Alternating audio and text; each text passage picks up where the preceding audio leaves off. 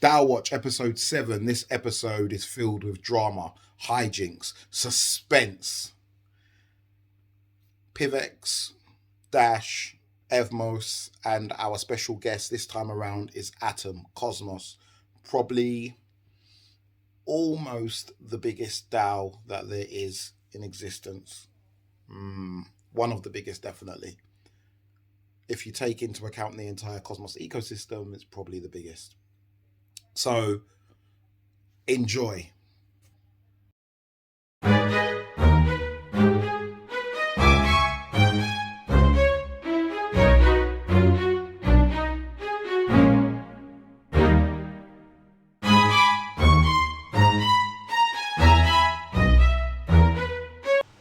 Hello and welcome to DAO Watch episode 7. This one I am particularly excited about. It's an absolute corker in the making. Right, our special guest DAO for this particular episode is going to be Cosmos. It's a massive project. You may know it as Atom. So it's called Cosmos, the Cosmos blockchain, but the token or the coin being used on the blockchain is actually named Atom. It's an IBC, so it's the one that interacts with loads of other sovereign blockchains, somewhat independently. They can all interact with each other. Here we've got Kronos, and there are other ones. Osmosis springs to mind. Sentinel, DVPN, where I was a advisor for a period of time, and quite a few others. Anyway, we've got the usual guys, the usual suspects in attendance, so let's get started with Dash.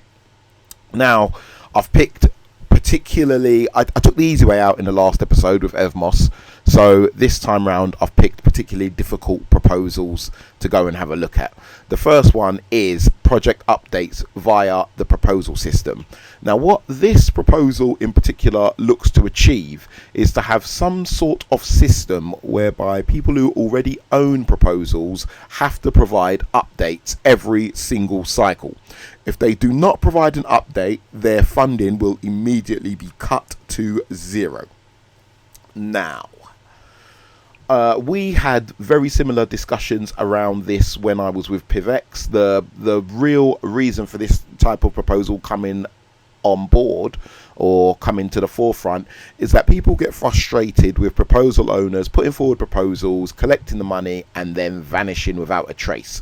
Or, as this proposal owner, who is Grandmaster Dash, which is quite a cool name, this proposal owner says, gone dark is the term he uses. Now, there's a particularly interesting comment he puts here where he's gotten into it with some other, I would like to say, Dash masternode OGs, such as Quantum Explorer, a few of the other recognizable, more vocal members get into it here. It's all in very good spirit, really, for the most part. Obviously, these guys know how to act. They've been in the space for some time. But yeah, Grandmaster Dash comes through and he talks here about the people who have claimed money from Dash and then vanished without a trace. So here's one close to home. Arizona State University. There was supposed to be a collaboration between Dash and Arizona University.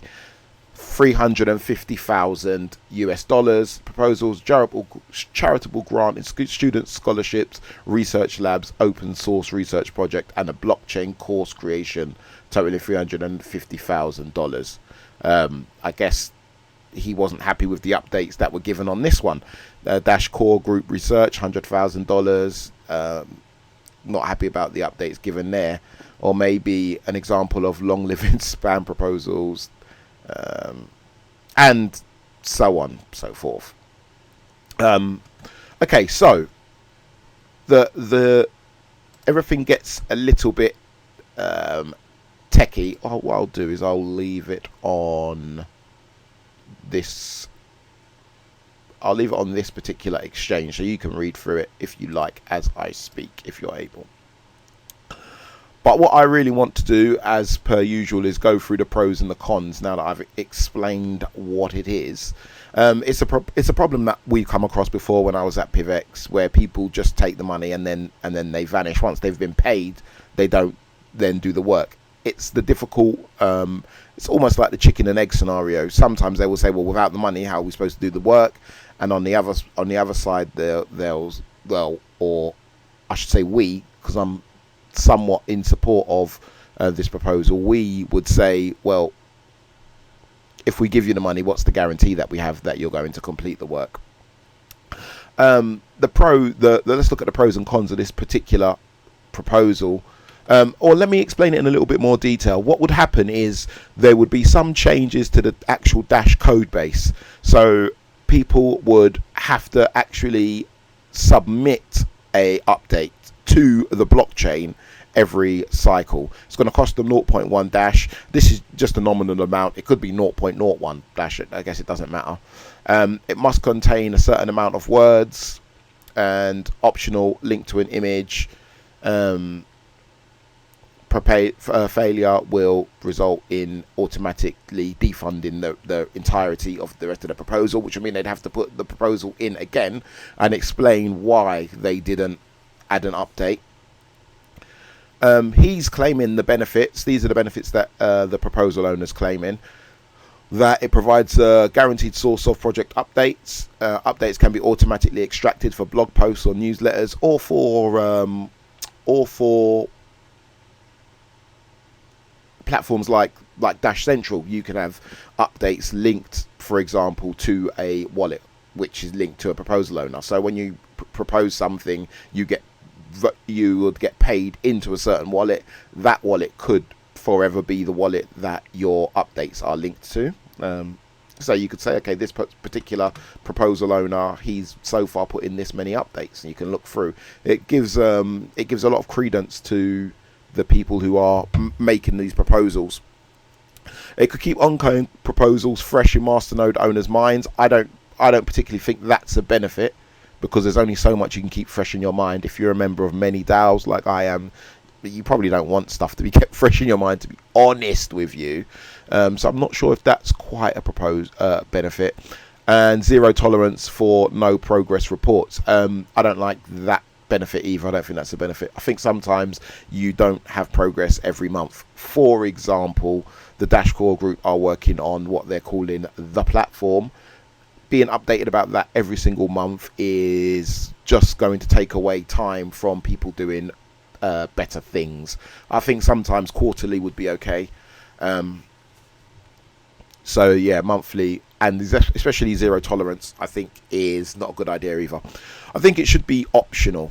But let's go through the pros and cons as I see them. So I think that I've accidentally just opened the old Spotify. Didn't mean to do that. No one wants to hear my music. Right. The pros and the cons. I think the pros for this is that it encourages debate, encourages engagement. So when a proposal is going, if you're updating it and people are getting to see the updates and discuss the updates, they could say, oh, perhaps you should consider doing it in this particular way. Perhaps you should consider this, or in light of what's happening so far, maybe try and do this. It's always good to keep the community up to date, especially in such a opt-in manner. So you're just putting out these updates. It's not requiring masternode owners to come through and vote and say, okay, yeah, I've seen this and I want it to continue. It's not requiring that.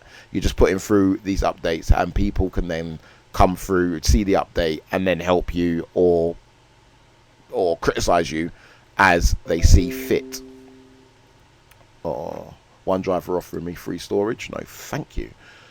It will deter scammers, because people will know that if they put through a proposal, they need to follow through, otherwise they're only going to get the first month, which means they will probably ask for a massive front-loaded amount, which is obviously not going to get approved, or will be less likely to get approved. People will ask, why aren't you, or why do you want this much money up front? Why can't you have it over a period of months? It's going to be relatively easy to code that into the treasury. That's something that was actually highlighted by the proposal owner. He did say it'd be relatively easy to integrate such a thing, but he said minus testing and documentation, which is often quite a lengthy task within itself. Okay, the cons are that it's simply not enforceable at a blockchain level. You can't have a blockchain which would decide, okay, this can be counted as an update. You can game it in numerous ways. You could put in lorem ipsum text if you wanted. The good thing being, if you did that, it would be immediately noticeable, and people may well vote you down for doing that. However, some people may, prominent people may do it as a form of protest, and then it may become an acceptable form of behaviour. If somebody's got a proven good proposal and they say, oh, I don't want to update every month, I'm going to lorem ipsum, then lorem ipsum's not going to be immediately seen as some form of gaming the system. So it's not really enforceable at a blockchain level. That's the main con. How important is that it's not enforceable at a blockchain level? For me personally, that's the only con I could really think of. Oh, also, another con would be that it definitely introduces the chance of there being vulnerabilities. As we've said many times before, if you change the code in any way, there's a chance you could introduce a new exploit, a new vulnerability, a new way for somebody to hack or in other ways damage the system. What you don't want is the system, which is literally the lifeblood of the entire project. Everybody gets paid through the system. There is no other funding method for Dash.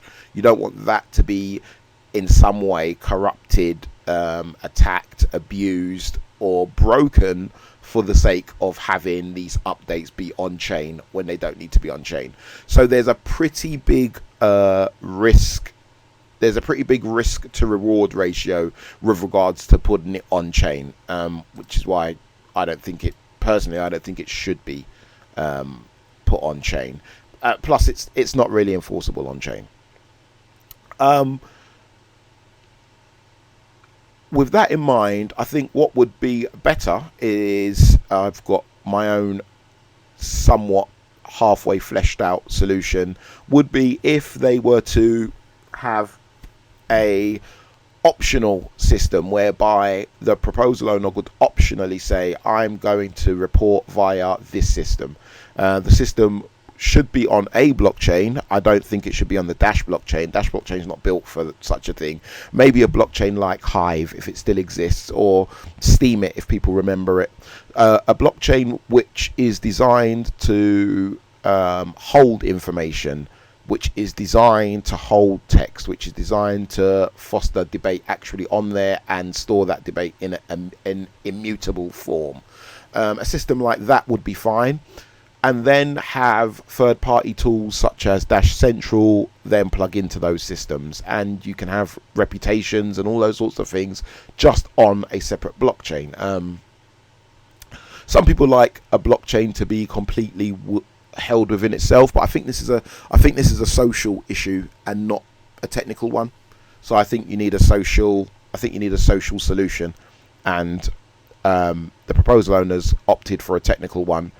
I don't think it's the right solution at this point, but I could be won over. I'm not steadfast in this particular opinion. I feel, how would I vote on this? On this particular proposal, I already have voted no. The reason why I voted no is because I think it's not quite ready yet. I think the proposal is not quite ready yet. I think the reason why there is so much discussion around this proposal is because it's not quite fleshed out in a way that everybody has compromised on whether or not it's the right way to do it. I don't think it should be on the blockchain level. I don't think it should automatically all of the funds regardless. I think it should be an opt-in. I think you should opt in and say, I'm going to produce reports at these particular intervals. So if you say you're going to report quarterly, then you should report quarterly. It shouldn't automatically be monthly. And if those changes were made, then yeah, I would support it. I definitely feel that some form of reporting protocol, let's say, needs to be in place. I personally built one for PIVX. I don't think people use it as much as they should do, and as a result, especially when you're in a project which ends up with a very large treasury like Dash has got or has had in the past, when they were giving out £350,000 and not even asking people where it went, somebody could go to prison for this. Do you know what I mean? When you get that large, I think you need to put protocols in place. Otherwise, people do get sloppy, people do get slack, people do start to lose sight of how much money they're actually giving away, and it ends badly. So I'm with Grandmaster Dash that it needs to become a thing. I feel like this solution is not the solution. So it needs tweaking. I think what they need to do, some of these guys, they need to get onto a voice call. Or if they live near each other, they need to meet in person. They need to sit down over a day or two, and they need to hash something out, because it's obvious that this needs to exist, and it's also obvious that one man alone, one man alone can't dictate how it should exist and what format it should exist in. So that's a no on this one for me, but I definitely support the idea. And that's the first one of the really difficult proposals out of the way. Let's go on to a nice easy one.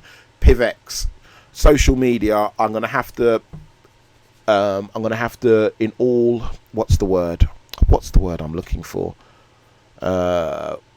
full disclosure, the owner of this proposal is one of my best friends in the crypto sphere, so no matter what it was, chances are I'm going to say yes to it. But I included it because it's a good factor to consider when you are appraising a proposal by a person who you like. It's important to try to think outside the box and just not be like, oh well, that person's amazing, just give them what they want. That's not the way it should be done.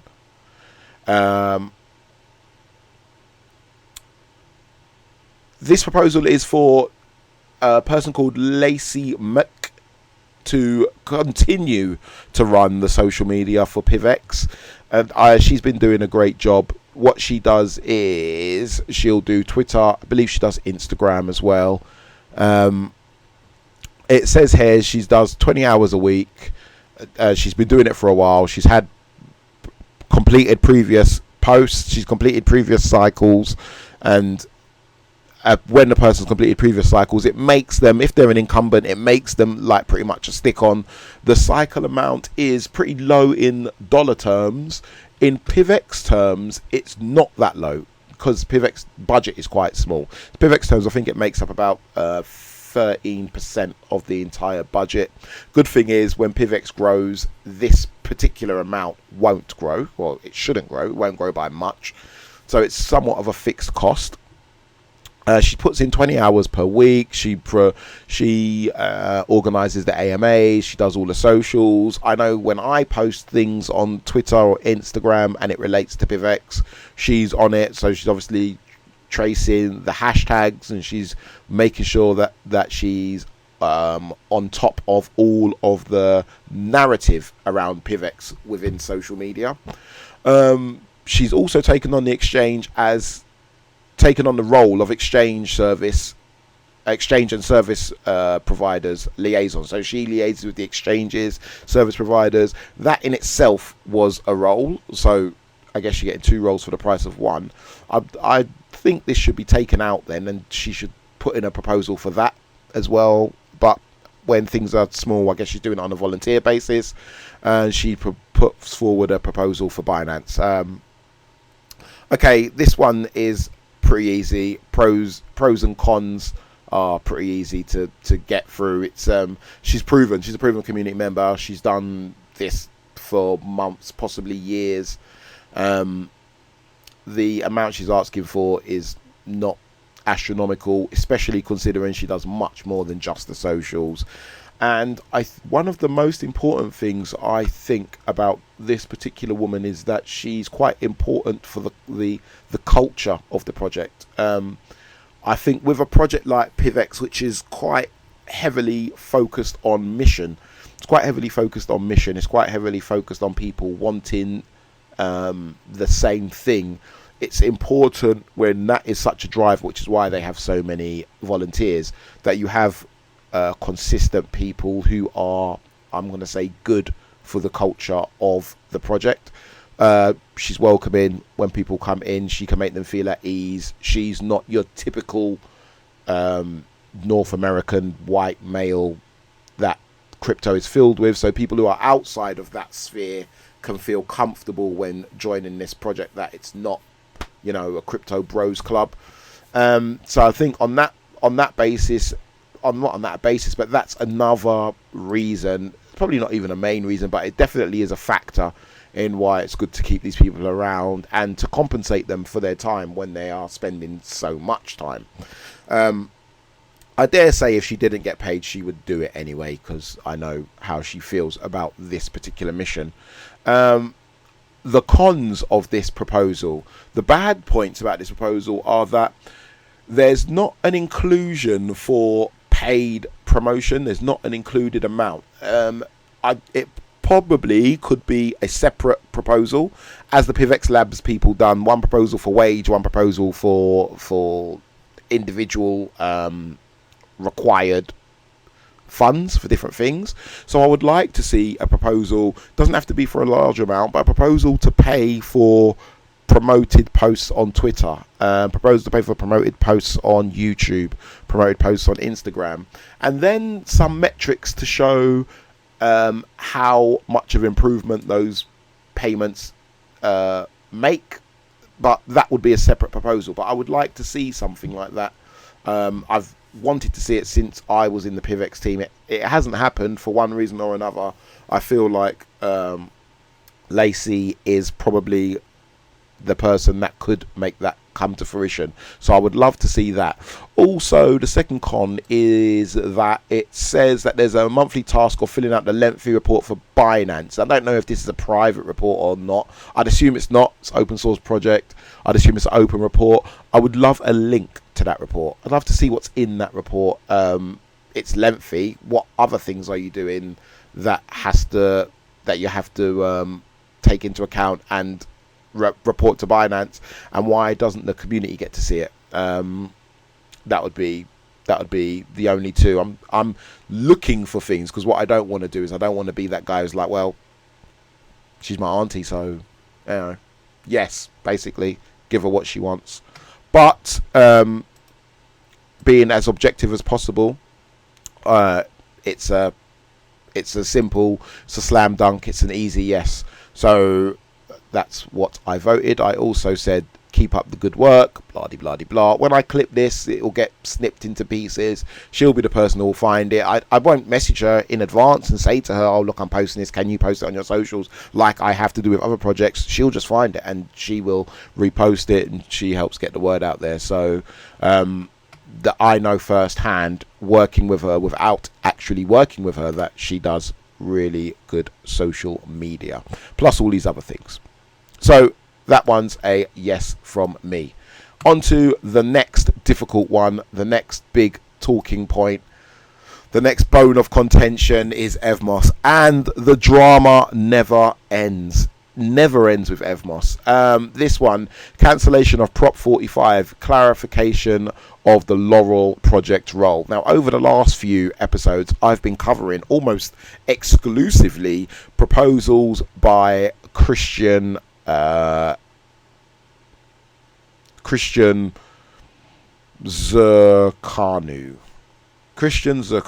I'm going to go, I bet you I haven't butchered that. Christian Zerkanu. And if that's not right, I think he maybe pronounces his own name wrong, because it's definitely correct. Christian Zerkanu. And Loredana Christea. And I I quite like these two, to be fair. I like that they think outside the box. I like that they push boundaries. I like that they go against the grain. The problem is nobody else does. That's the problem. So here we've got this proposal, and this proposal is basically to kick them out of Evmos and be rid of them. It's a proposal that says, can we have the chain say that we no longer like these two people? Now, this proposal, the way they've worded it is that the proposal that they put through before want to cancel that. The funds that are there, return the funds back to the community pool. They're submitting the proposal anonymously because they're worried about legal threats from Loredana and Christian, which were committed to GitHub. It's important to clarify that it's not coming from the Evmos Foundation or any of its representatives. Well, none of that really matters. I guess in a court of law, you need to face your accused. On the blockchain, you don't need to face your accused, which is very interesting. One of the things which was something I covered in the last episode was this proposal does not pass. The chain signals its disregard for the laws of the land, eventual premeditation to break the criminal law. I said at the time, I think the words I used was Christian had lost his mind at that point. Lost his mind's probably strong. Said in jest. Don't get upset, Christian. Like, I think you're great, but I think you'd miss the mark there. But I think it's fine to miss the mark. I miss the mark often. Everybody misses the mark. The kick out part, for me, I would be an abstain in this particular, and there was a lot of abstain. So there are quite a few people who think like me. I would be an abstain. I would be kind of like, all right, guys, we can let the drama end now. I'm not really into the kick out part, but at the same time, I'm not with this shouldn't be being said. I'm not with the no with veto, and nobody really said that. There's all of these proposals that they put through that these guys are saying are spam. I don't think they're all spam. I think some of them definitely need discussion. I think some of them definitely shouldn't have been proposals. Spam, I think, is the wrong word. Spam, calling these proposals spam is similar to when you say, when you would say that a project was a scam when the project just fails. These are not spammy proposals. They're just proposals that are heavily against the grain. I wouldn't call them spam. I would, however, accept that the chain thinks that they're spam because the chain would vote a no with veto. The chain thinks, get out of here with this stupid question. I don't want this question. Pros and cons. This is well worded. I love the way that they've evidenced everything. I love the way that they even added an earlier situation which wasn't anything to do with Evmos, which was only to do with Loredana and Christian against the Ethereum community. Pretty much a very similar situation whereby people could have their own ideas on what happened. A lot of it was down to trust. Did you trust? I'll quickly explain what happened. These guys had said that a few of the Ethereum devs had used their work and not properly credited them for it. And the argument had gone back and forth, but it just raged on for a long time. And after an argument rages on for too long, that you have to come to an agree to disagree point and let people make up their own mind.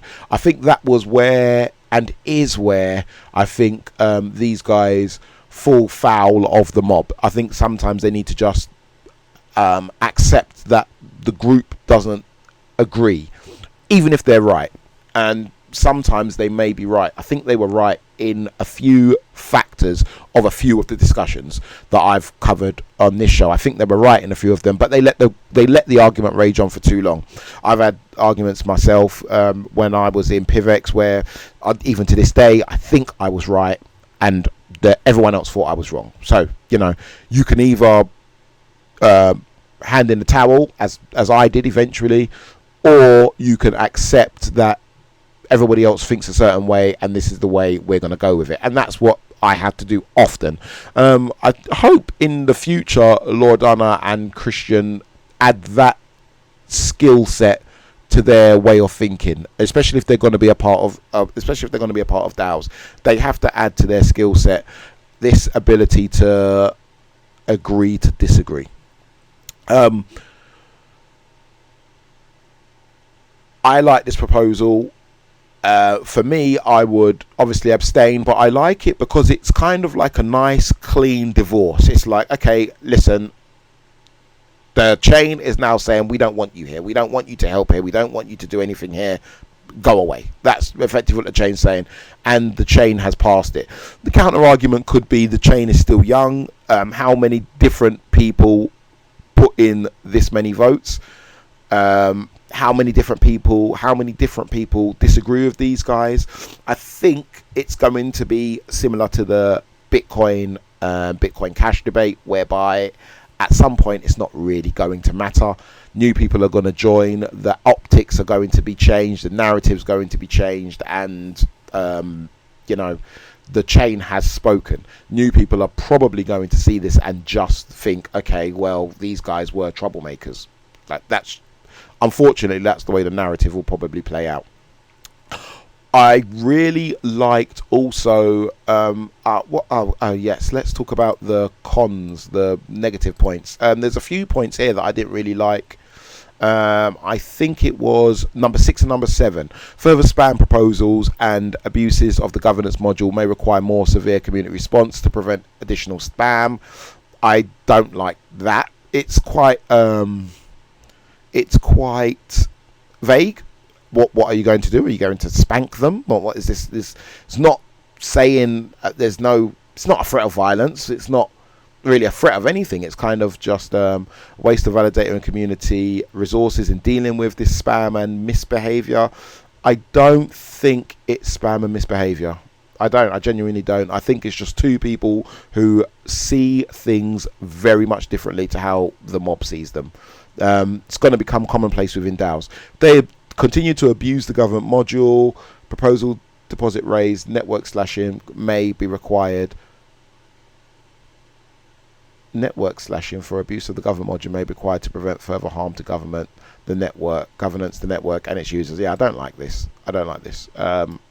If they're prepared to pay to talk rubbish, then yep, you can raise the price. It's already been raised. If they continue to pay to talk rubbish, you either raise the price again, or I don't know, you have to flesh out something. So okay, maybe, you know what, I will accept this, because maybe what they're saying is we will flesh this part out.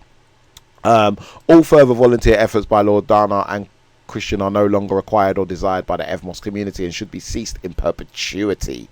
I don't like this. I think if they want to volunteer, they should be allowed to volunteer. Shouldn't really matter where the code comes from if people want to add the code. But this is what the proposal is. The proposal is go away, leave us alone. But I don't particularly like that. I prefer when people can find a common ground. If they don't, I think at some point you have to possibly accept it's not the place for you. And this is what this proposal seeks to establish, and it has. It's passed.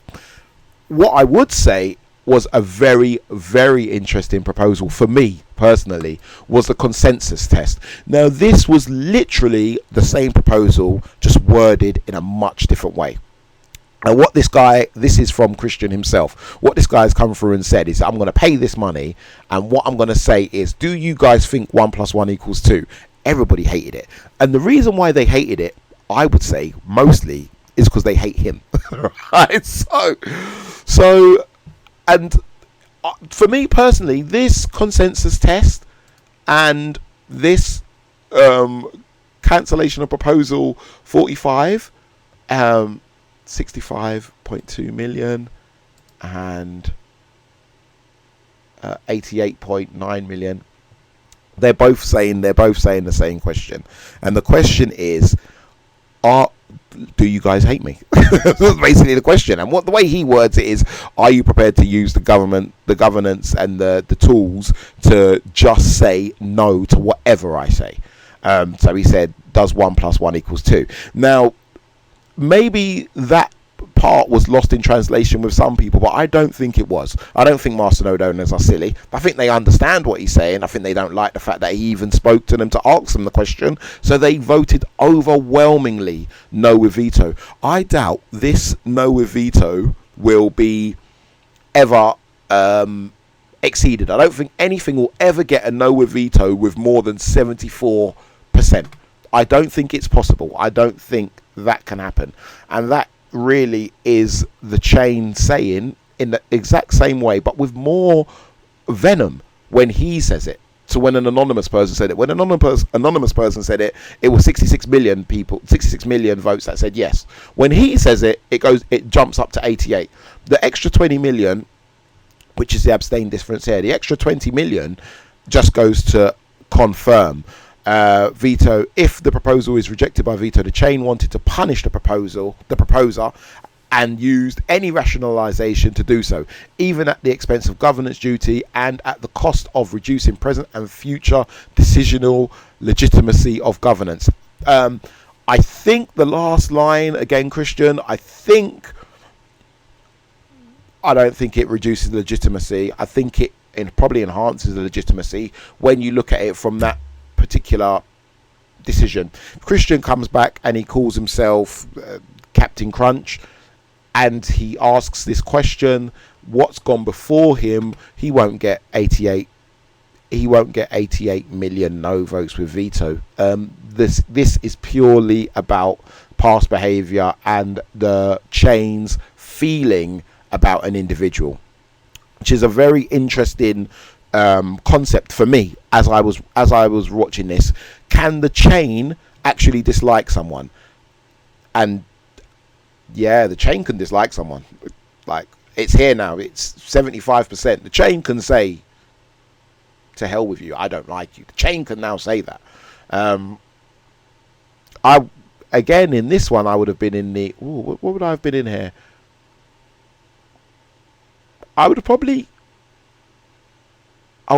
been in the 1 + 1 = 2 here. I would have probably been in this tiny minority. Between that and abstain, really. I would have probably been in the 1 + 1 = 2. I'd have probably been in the 1 + 1 = 2 on this one. I'd have got thrashed.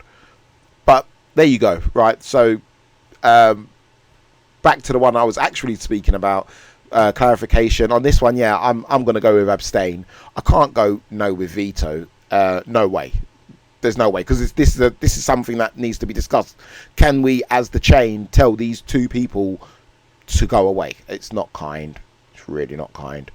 I would have been in the abstain. I wouldn't have liked to tell them to go away. I just want the drama to be over. I wouldn't have said no either, because no technically is saying everyone else needs to be able to tolerate them.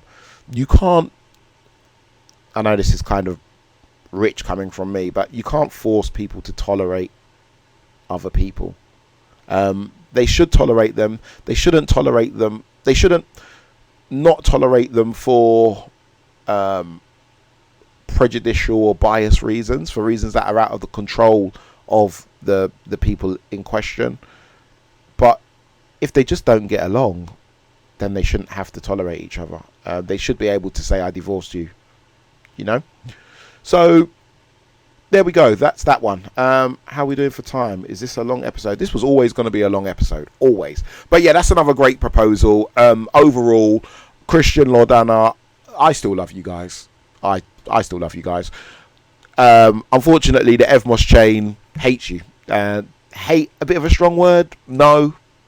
75%. I think anything over 66% grows into the hate. That's strong. They really don't like you. So, you know, time to move on, I would say.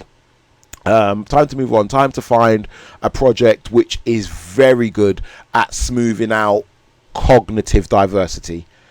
It's very good. You need to find a project that's very good at smoothing out friction between people that think different ways. That's the perfect project for these guys, because they can build, they can work, they can build, they can graft, they can volunteer. They are a good addition to the right project. A project like this, it's very young, and they don't want to know. Okay. Final one is nice, quick one, and it is one of the big boys in the space. When I started here with Cosmos, spoke a little bit about it on the top of the show, but this is one of the big boys of the space, and this proposal is one of the big proposals, maybe possibly the biggest proposal we have seen so far. The proposal is for 20,000 atoms. At the time of writing, at the time, I don't know what it was at the time they wrote this. When does the voting end? Voting ends tomorrow. So the voting ends just before this airs. At the time of writing, or at the time of me doing this, atom is around $12. So you're looking at around $240,000. 20,000 atoms, give or take. 120, give or take. $240,000 as incentives to incentivize the testnet of games NFTs. Right, so what does this mean? The interchain Cosmos, you have multiple chains that can easily bridge between each other. So the bridges work in a way that as so far hasn't been hacked, so that you can move your tokens from Cosmos easily to Osmosis, easily to Stargaze, easily to any other chains. What this wants to do is it wants to create a protocol so you can have NFTs that you can easily move from Cosmos to Stargaze to Osmosis, and the NFTs will retain their native functionality, let's say, as they move between the chains. This is, although this is the first proposal for this particular thing, the game of seems to be the way that the Cosmos or IBC ecosystem does things. They have this. They've had game of stakes. They've had game of, what was the other one? Game of chains, game of zones. They've all done pretty well. Game of stakes has gotten to version 6.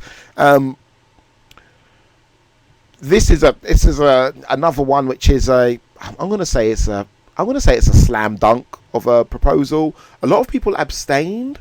I'm going to guess that the abstainers felt like this shouldn't pass, but that it should exist.